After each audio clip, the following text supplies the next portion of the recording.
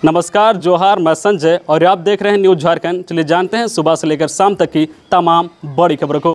पहली बड़ी खबर की बात करें तो राज्य में 2449 संक्रमित मिले, 10 की हुई मौत। कोरोना को लेकर झारखंड में छठे दिन भी राहत भरी खबर रही। पिछले 24 घंटे में नए संक्रमितों की तुलना में ठीक होने वालों की संख्या ज्यादा रही है।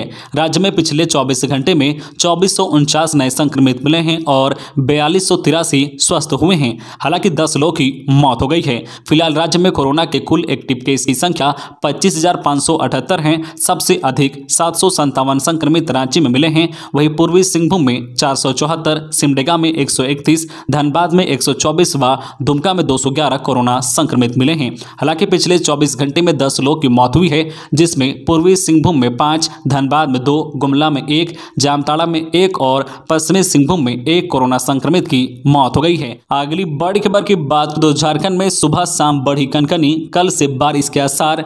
झारखंड की राजधानी रांची सहित राज्य भर के सभी जिलों के मौसम में अचानक बदलाव होने से कनकनी बढ़ने लगी है। सर्द हवाओं के कारण लोगों को घर से बाहर निकलने में भी परेशानियों का सामना करना पड़ रहा है। हालांकि धीरे धीरे 2 से 4 डिग्री तापमान में बढ़ोतरी हो सकती है। मौसम विज्ञान केंद्र रांची के अनुसार अगले 24 घंटे में न्यूनतम तापमान में कोई बड़े बदलाव की संभावना नहीं है।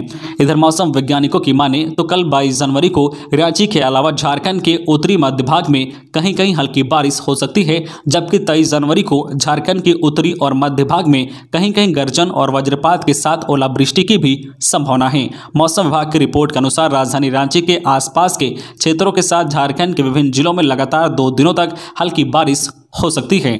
अगली बड़ी खबर की बात करें तो आवासीय स्कूल के छात्रों को अब टैब के साथ मिलेंगे 2 GB डेटा मुक्त। 21,000 विद्यार्थियों को होगा लाभ। कल्याण विभाग के 136 आवासीय विद्यालयों के 21,000 विद्यार्थियों को राज्य सरकार टैब के साथ 1 साल तक रोज 2 GB डेटा फ्री उपलब्ध कराएगी। अनुसूचित जनजाति, अनुसूचित जाति और पिछड़ा वर्ग के इन छात्रों के लिए टैब के साथ ही रिचार्ज और सिम कार्ड की व्यवस्था सुनिश्चित की जाएगी। टैब में सभी महत्वपूर्ण और आवश्यक शिक्षण सामग्री पहले से रहेंगे। कल्याण विभाग के आवासीय विद्यालयों में पढ़ने वाले कक्षा 1 से 12वीं तक के सभी छात्र छात्राओं को मुफ्त में टैब दिया जाएगा।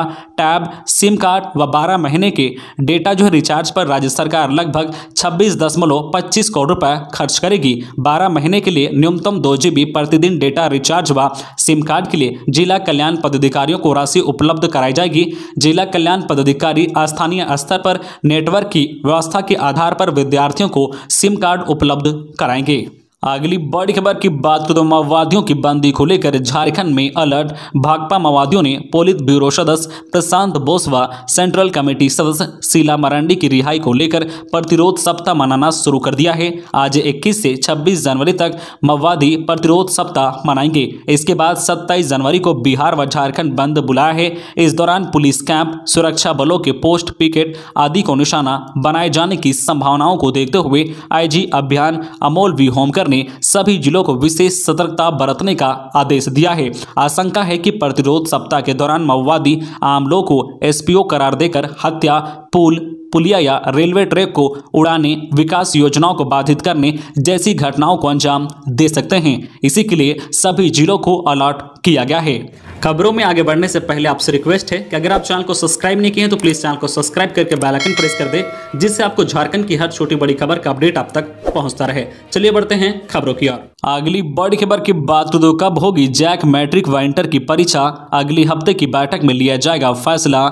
मैट्रिक व इंटर की परीक्षा को लेकर अगले सप्ताह तक अंतिम निर्णय लिए जाने की संभावना है। झारखंड एकेडमिक काउंसिल की ओर से इस संबंध में जल्द ही स्कूली शिक्षा व साक्षरता विभाग को वस्तु स्थिति से अवगत कराया जाएगा। झारखंड एकेडमिक काउंसिल के अध्यक्ष डॉक्टर अनिल कुमार महातो ने जैक के अधिकारियों के साथ बैठक की। बैठक में जैक के कार्यों की जानकारी ली। कक्षा 8 से लेकर इंटर तक की परीक्षा की तैयारी की समीक्षा की गई है। राज्य में कोविड-19 संक्रमण के कारण फिलहाल 31 जनवरी तक विद्यालय बंद है। इस कारण परीक्षा को लेकर सरकार से अनुमति लेने का निर्णय लिया गया है। सरकार से अनुमति मिलने पर झारखंड एकेडमिक काउंसिल द्वारा परीक्षा की तिथि घोषित की जाएगी। अगले सप्ताह तक इस संबंध में निर्णय ले लिए जाने की संभावना है। मैट्रिक इंटर के साथ साथ कक्षा 8, 9 व 11वीं की बोर्ड परीक्षा की तिथि भी घोषित की जाएगी। अगली बड़ी खबर की बात करें तो पिछले 24 घंटे में कहां मिले कितने कोरोना संक्रमित। पिछले 24 घंटे में सबसे ज्यादा रांची में 757 कोरोना संक्रमित मिले हैं। इसके अलावा पूर्वी सिंहभूम में 474, दुमका में 211, सिमडेगा में 131, धनबाद में 124, साहिबगंज में 91, रामगढ़ में 89, चतरा में 65, बोकारो में 53, खूंटी में 53, पलामू में 52, देवघर में 48 कोरोना संक्रमित मिले हैं। इसके अलावा गुमला में 47, गोड्डा में 45, गढ़वा में 44,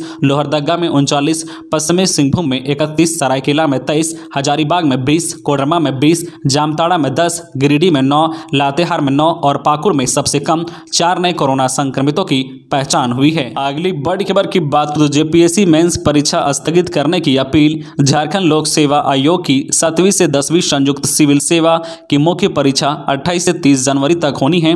इसके कार्यक्रम निकाले जाने के बाद एडमिट कार्ड भी जारी होने लगे हैं। इसी बीच अभ्यर्थी कोरोना के प्रभाव को देखते हुए परीक्षा को स्थगित करने की मांग कर रहे हैं। मुख्यमंत्री हेमंत सोरेन राज्य सरकार के मंत्रियों समेत जेपीएससी अध्यक्ष और सचिव से अपील कर रहे हैं कि परीक्षाओं को फिलहाल स्थगित किया जाए। अभ्यर्थियों का कहना है कि कई अभ्यर्थी कोरोना पॉजिटिव हैं, ठीक होने के बाद भी वीकनेस बनी रहती है। ऐसे में परीक्षा कैसे दे सकेंगे। मुख्य परीक्षा के लिए सिर्फ रांची विभिन्न परीक्षा केंद्र बनाए गए हैं। रांची में कोरोना के लगातार मामले आ रहे हैं। कोरोना के भय में अभ्यर्थियों को परीक्षा देनी होगी। यूपीएससी के साथ साथ जो है उत्तर प्रदेश और बिहार सरकार ने भी अपने यहाँ की परीक्षाएं कोरोना को देखते हुए स्थगित की है। जेपीएससी मेंस परीक्षा देने के लिए राज्य के सभी जिलों से अभ्यर्थी आएंगे।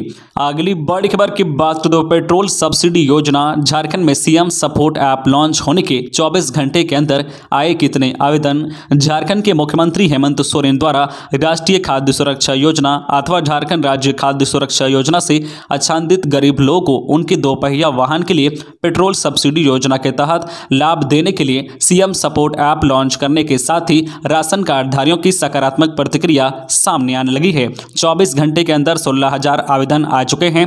26 जनवरी से पेट्रोल सब्सिडी का लाभ लाभुकों को मिलने लगेगा। आपको बता दें कि झारखंड के सीएम हेमंत सोरेन उपराजधानी दुमका से पेट्रोल सब्सिडी योजना का शुभारंभ करेंगे। इस दौरान लाभुकों को इस योजना का लाभ देने की शुरुआत करेंगे। अगली बड़ी खबर की बात तो सीधी ट्रेन सेवा शुरू करने की तैयारी। रेल मंत्रालय की हरी झंडी का इंतजार। रांची बनारस इंटरसिटी एक्सप्रेस को लखनऊ तक बढ़ाने की तैयारी। रांची से उत्तर प्रदेश की राजधानी लखनऊ को जोड़ने के लिए सीधी ट्रेन सेवा शुरू करने की तैयारी है। अभी तक रांची से लखनऊ के लिए ट्रेन नहीं है, इसलिए रांची रेल डिवीजन ने रांची से लखनऊ के लिए सीधी ट्रेन सेवा देने का फैसला किया है। रांची से बनारस जाने वाली रांची बनारस इंटरसिटी एक्सप्रेस को अब लखनऊ तक विस्तार दिया जाएगा। इसके लिए रांची रेल डिवीजन और दक्षिण पूर्व रेलवे मुख्यालय की सहमति मिल गई है। फाइल रेल मंत्रालय भेजी गई है, वहां से हरी झंडी मिलने का इंतजार है। जैसे ही हरी झंडी मिलेगी Ranchi Banaras intercity express train Lucknow तक चलेगी। अगली बड़ी खबर की बात तो दुमका में पाइपलाइन से मिलेगी सिंचाई की सुविधा।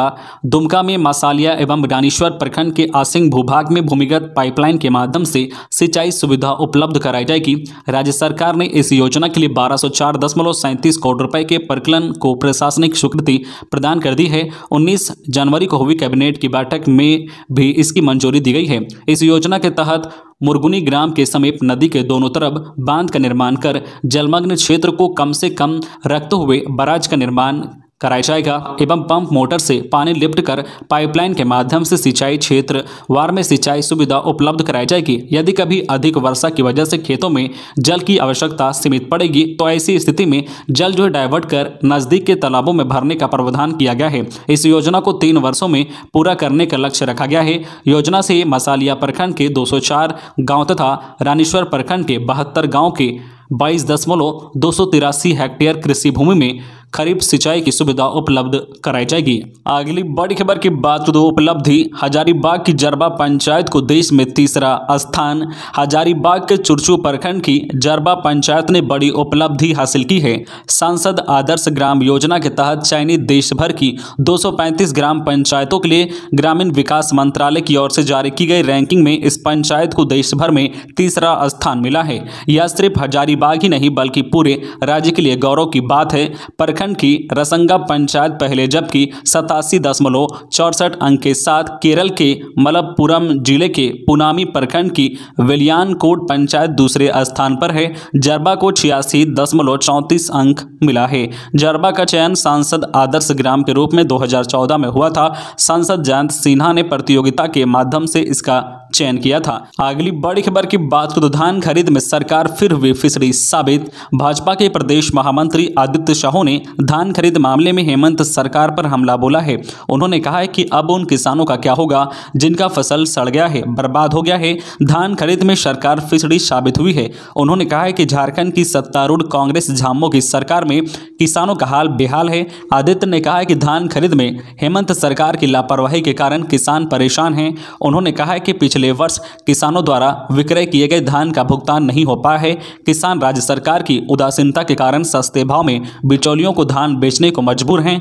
किसानों को बड़े बड़े वादे कर ठगा गया है। किसानों के बदहाली के सबसे बड़े जिम्मेवार हेमंत सरकार हैं। अगली बड़ी खबर की बात तो सूबे में दुष्कर्म और महिला प्रताड़ना पर जताई चिंता। रानी शक्ति सेना गुलाबी गैंग ने रांची समेत राज्य के विभिन्न इलाकों में महिलाओं की प्रताड़ना और दुष्कर्म की बढ़ रही घटनाओं को चिंताजनक बताया है। संगठन की गुरुवार को हेहल के सुंदरनगर में अध्यक्ष एवं पूर्व जैक पार्षद रानी कुमारी की अध्यक्षता में बैठक हुई। बैठक में उन्होंने कहा है कि समाज में नाबालिग युवती और महिलाएं स्वयं को असुरक्षित महसूस कर रही है। कानून व्यवस्था की बिगड़ती स्थिति की वजह से सरेराह महिलाओं को अगवा कर दुष्कर्म की घटना हो रही है। वही उचक के महिलाओं के पर्स, गले में पड़ी चेन और मोबाइल छीनकर भाग जा रहे हैं। इसके अलावा महिला प्रताड़ना की घटना भी अप्रत्याशित वृद्धि हुई है। उन्होंने कहा है कि ऐसे मामलों में पुलिस द्वारा आरोपियों की गिरफ्तारी के बाद फास्ट ट्रैक कोर्ट में मामले की जल्द सुनवाई होनी चाहिए ताकि आरोपियों को कड़ी सजा मिल सके। उन्होंने बताया कि ऐसे लोगों का सामाजिक बहिष्कार भी होना चाहिए। तो ये थी आज की झारखंड की टॉप बड़ी खबरें। इसी तरह झारखंड की हर छोटी बड़ी खबर देखने के लिए आप हमारे चैनल न्यूज झारखंड चैनल को सब्सक्राइब करके बेल आइकन प्रेस कर दीजिए, जिससे आपको झारखंड की हर छोटी बड़ी खबर का अपडेट आप तक पहुंचता रहे। तो आज के लिए बस इतना ही। हमें दीजिए इजाजत, फिर मिलते हैं नेक्स्ट न्यूज में।